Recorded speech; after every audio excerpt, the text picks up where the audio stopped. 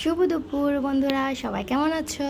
তো আজকে দুপুরবেলা রান্না করেছিলাম দুন্দুল দিয়ে, মাছ দিয়ে, সাথে সরিষা কাঁকরোল ভর্তা। একটা করেছি পেঁয়াজ দিয়ে, আরটা করেছি কালো জিরা দিয়ে।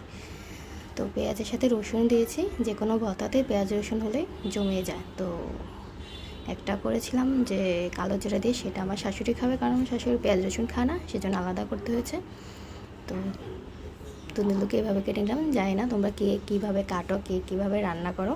তো আমার তো এভাবে বেশ ভালো লাগে দুন্দুলের তরকারিটা। তোমরা কীভাবে রান্না করো অবশ্যই কমেন্ট বক্সে জানাবে। তো এদিকে দুন্দুলগুলো কেটে আগে কাঁকরোলগুলো কেটে সেদ্ধ বসিয়ে দিয়েছিলাম। সেদ্ধ বসিয়ে দুন্দুলগুলো কেটে নিয়েছি। তারপর মাছ ভাজি বসিয়ে দিলাম।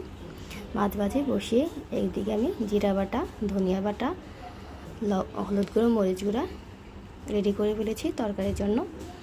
এখানে ভর্তার জন্য রেডি সরিষা বাটা, কাঁকরোল ভর্তা, হলুদ গুঁড়া, মরিচ গুঁড়া। সাথে তোমরা চাইলে কাঁচামরিচও দিতে পারো, এখানে আমি কাঁচামরিচ দিইনি। তো এখন সাদা তেলে জিরে, শুকনো মরিচ, তেজপাতা দিয়ে তরকারিটা ফোড়ন দিয়ে দেব। মশলাটাকে 1 মিনিট ভালোভাবে একটু মৃদু আছে কষিয়ে নিলেই হবে। মশলা কষানো শেষ হলে আমি দুন্দুলগুলো দিয়ে দেবো। অনেকে এটাকে শশিও বলে। তো আমার কাছে ঝিঙ্গে থেকে দুন্দুলের তরকারিটা বেশ ভালো লাগে, মাছ দিয়ে ভাজি করলে ভিজে ভিজে। তোমাদের কাছে কার কাছে কেমন লাগে অবশ্যই জানাবে।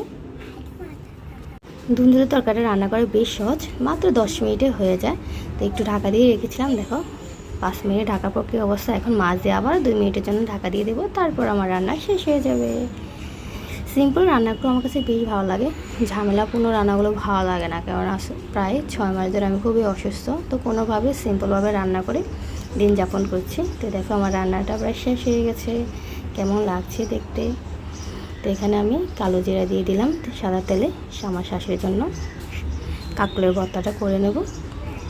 কাঁকরোল নাকি স্বর্গীয় ফল, এটা নাকি স্বাস্থ্যের জন্য অনেক উপকার। সে যাই হোক, কচি কাঁকরোলটা আমার কাছে খেতে ভালো লাগে। যখন একটু দানা বা বড় হয়ে যাবে তখন আর খেতে ভালো লাগে না কাঁকরোলটা। তো এই ভর্তাটা আমার প্রায় হয়ে গেছে, মাত্র 5 মিনিট এভাবে একটু মৃদু আছে নাড়াচাড়া করলে ভর্তাটা রেডি হয়ে যায়। সাথে সাথে ধনিয়া পাতা, টমেটো থাকে তো কথাই নেই। তো যেহেতু আমার ধনিয়া পাতা টমেটো নেই, তাই ধনিয়া পাতা টমেটো ছাড়া ভর্তাটা করতে হয়েছে। তো পেঁয়াজ রসুন ভাজি প্রায় হয়ে গেছে। তো এখন এগুলো নিয়েও প্রায় 5 মিনিট একটু মৃদু আছে নাড়াচাড়া করে নিলে আমার ভর্তাটা রেডি হয়ে যাবে।